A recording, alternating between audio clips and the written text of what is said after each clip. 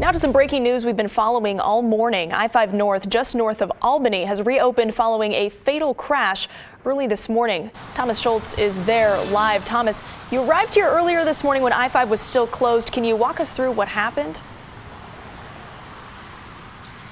Yeah, well, Ashley, ODOT tells us that an SUV and a van got into a crash. When we arrived down here, it was a pretty gruesome scene. Now, one person is dead. It's unclear if anybody else was injured, though. Let's show some of that video of what we saw when we got down here. There was a van involved in that crash that was completely torn up, destroyed the side and the front in a pretty gruesome scene there. And about 200 feet away, we saw that SUV that was also involved in the crash. Once we arrived, crews were working on cleaning up debris and reopening this roadway. They were not able to do so until just about half an hour ago, once they were able to get traffic running back once again along I-5 northbound. But before that happened, traffic was forced to route instead off of exit 234 north, going along Century Drive instead. That's just a little two-lane road that runs parallel to I-5 north, and when that happened, we saw a lot of trucks and of course a lot of cars on one of the busiest travel days of the year